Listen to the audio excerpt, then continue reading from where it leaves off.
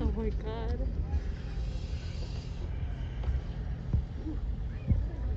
Alright, come on over. I believe we have pretty much everybody that's coming on. Folks, I am Swamp Man Paul. I'll be the host for your alligator show today. And everybody say hello to Brian. Everybody say goodbye to Brian. Boy, you guys are very cooperative with that. Alright. Alright. Alligator wrestling, guys. That is a very misleading term. First, I'm going to tell you that the Seminole Indians are the ones that made alligator wrestling famous.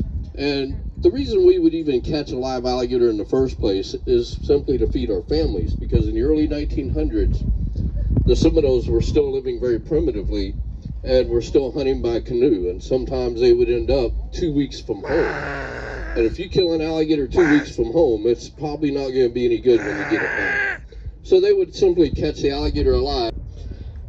When I first became an alligator wrestler myself, it was required of me to ask permission from the alligator clan. The Seminoles have clans, families.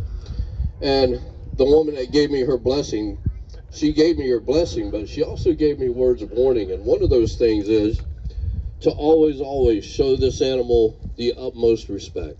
They're very dangerous animals, guys. They don't eat people. They're not man-eaters. There are 6 species of crocodiles in the world that will eat people. But the alligator is not this kind of a creature. They will eat things that they can generally crush and swallow whole. Things like birds, turtles, fish, snakes, and small animals. And a lot of people will say, why do they end up in our backyards and our front porches? Well, it's simply because they are cold-blooded animals, guys. Cold-blooded animal simply means that their body temperature will fluctuate. And if it's 40 degrees outside, then his body temperature is probably going to be somewhere very close to that. And if it's that cold, they can't digest their food, so they don't eat.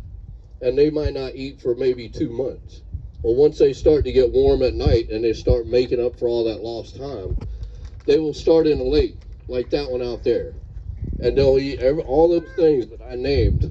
They'll eat everything they can get a hold of, and once there's nothing left for them to eat. Well, how are you going to do alligator show if you're up there? From way up here. Now, as you see me, I'm jumping on the gator. All right. You know what? Wrestling an alligator's like... One of the things that Marcus is going to do is probably first get him out away from that wall. Being up against that wall is not a very good place to be. That alligator can launch up just like that.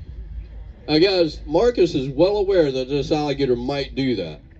So, and we don't get hurt very often, but it does happen from time to time, guys. So always have your cameras ready, because you never know what's going to happen. Now, there's a couple of ways of catching an alligator. One is by grabbing him by the mouth. That's not really the recommended way to do it. As you can see, the mouth is wide open. He doesn't really want to let Marcus grab a hold of his mouth, but there is a way to get him to shut his mouth. Now, Marcus is not only watching the jaws. The jaws are very important to watch, because that's where all the teeth are. But you also have to be aware of the hind legs, the tail. If you watch those things, they'll give you indications that this alligator is about to jump or do whatever he's going to do, just like that. But this is one of the advantages that actual handlers have in their arsenal. A lot of people are alligator trappers. Alligator trappers, they're good at their jobs. They know how to trap an alligator, but actually handling one is a little bit different. Now, again, I've already told you, grabbing an alligator by the jaws generally is going to end like that. They're going to roll out of your grip, or they're going to shake back and forth. And if you're in the wrong place at the wrong time, guys, 3.5 months ago, right there on that stage, alligator tore half my thumb off. Oh my God! So it is very legitimate and very real and very dangerous. All right. Now, the other thing that Marcus is doing by doing this is getting the alligator, letting the alligator wear himself out just a little bit and get a little bit tired. The other way of getting a hold of an alligator is by jumping on his back. They're not always, don't bring him over here. Oh, and don't let him bite my hat either. Hang on, I'm gonna use it for No, don't. The last alligator ate my hat. I don't really want to lose that hat. There you go. Fine, I'll wear it then. There you go. Looks better on me anyway. All right, because guys, the alligator's jaws, they work on reflexes, and they're very, very fast. You can actually stick something in there, and as long as he doesn't see it in there, he's not going to bite because he doesn't really know it's there. Now Marcus is a pretty smart guy sometimes, and this, oh, don't do it, oh, Marcus, don't do that. Oh, Jesus Christ. I hate seeing anybody else do that. Paul, you didn't even explain what you were gonna do. He's gonna stick his hand in there. He's gonna see if he can reach in, touch the. Head in that mouth. What? Yeah, all right. Listen, you just wait right there. Don't get ahead of yourself. He's gonna reach in, take his hand, reach his hand inside the alligator's mouth. When he does that, he's gonna hold it there for a second, and then he's gonna, on the way out, he's gonna touch the bottom jaw of the alligator and try to get his finger out before it ends up like his right thumb. Oh my God, don't do it. You got it all? Woo, boy. Wait, you use that hand, God. right? Okay, that's a good idea. Woo, boy. Oh my God, don't Hey. do it. Here, give me that back. This lady over here didn't see it. Well, no, give me that back. You take him. Oh my God.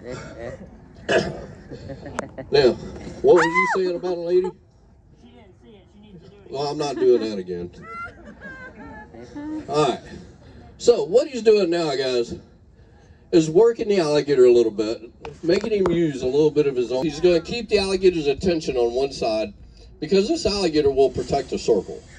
Once you're outside the circle, you're pretty safe unless you end up back in it. As long as you're outside of it, you can get right up close to him. Oh! But you got to be ready for that backlash. It'll get you every time. Yeah. Let me be still here.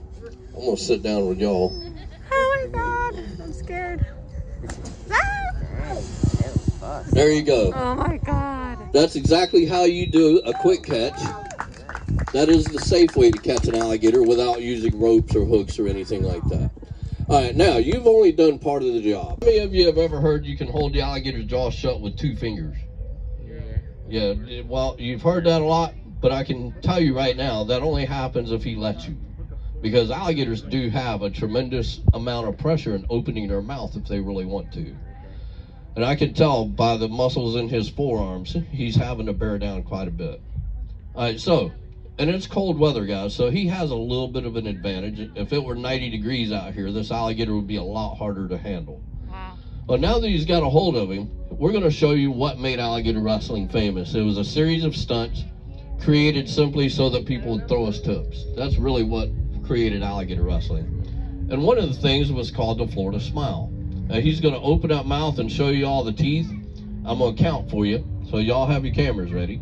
1, 2, 3. Marcus. First of all, you didn't show any teeth. Secondly, I meant on the alligator. Open his mouth. Yeah, one of the things, I said that earlier, alligator wrestler must have a low IQ. It comes out every so often. All right, so he's going to grab a loose portion of skin under the mouth. Now, guys, just know, he is not forcing the alligator's mouth open. And if this alligator didn't want his mouth open, there's nothing Marcus could do to force it. He has 2,000 pounds per square inch of closing power. Brianna, can you turn my phone off, please? Tell them I'm a little busy. You're a little busy. All right. Now, look at the back of the throat, guys. There's a half moon shape of skin. That's kind of a check valve. It keeps the alligator from drowning under the water. They can actually grab a hold of things under the water, but they can't swallow until they come to the surface. I know, and in case you're wondering, Brian is sitting back there. We call him a spotter. The spotter is kind of responsible for helping the wrestler if he happens to get grabbed by the alligator. And one of the first things we do is get some weight on the alligator so that he doesn't spin. The spinning action is what does all the damage. And then we try to we get a big stick and we knock Marcus out so he doesn't feel it. I'm kidding. I'm kidding. Go back. My hands are full, right? Go back to what you're doing.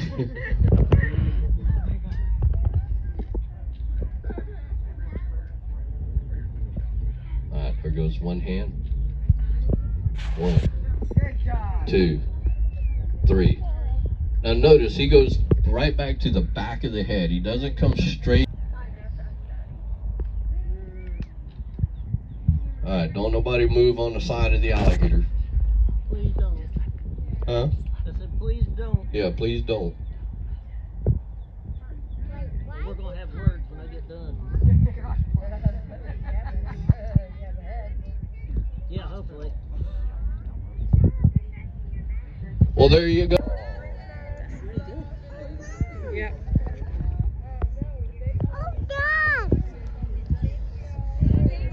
Swamp cabbage.